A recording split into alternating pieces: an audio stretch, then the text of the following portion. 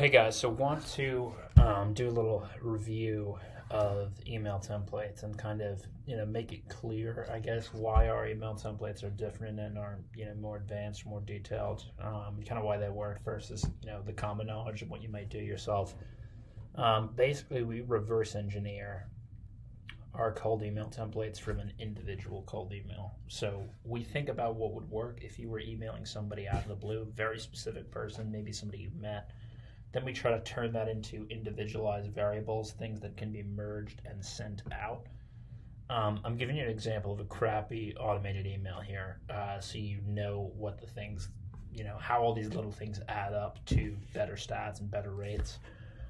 This is a very common cold email that comes from this gentleman every time we post on Upwork. I'm sure some of you have gotten it as well.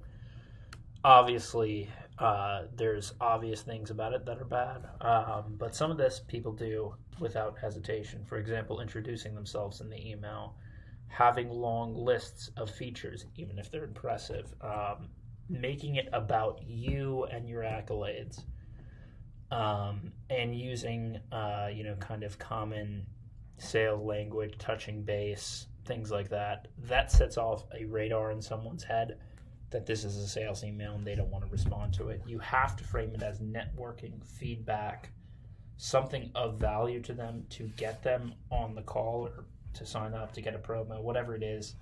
So you have to get past that burden of convincing them that it's an individualized email, and then you have to inspire some type of action. Other mistakes this guy made: doesn't include any of his social media information, not a real name, no image. You want all that up front. I mean, if you look at our emails, you'll see, we have the profile, my profile picture, all my addresses and things in there. Looking at this particular email template, you can see that we go into detail without basically making it a sales email. So right away, the first line is the most important thing in the email, right? It appears in the email preview. If you go back, you see that actually influenced the open rates probably more than the subject line, because you're reading it and you're trying to tell, okay, is this spam? Do I want to open this or not?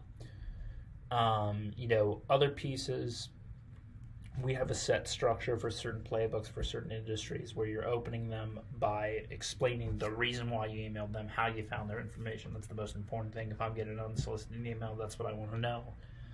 And then putting together kind of, a statement that intrigues them, that distinguishes yourself, and then the logistics of actually getting the outcome that you want to get. So framing it in a viable way. Cold emailing is an art, much like writing cold call scripts is. I personally write all of the emails for our clients, just from having done, we're not going to get into numbers, right, but we've done millions and millions of these. So we follow a similar structure. We have playbooks for certain industries, things that we know that work, but the templates are fundamentally different than what you can do yourself. The art of writing an email is what provokes a response. Writing an individual email is different than writing it at scale.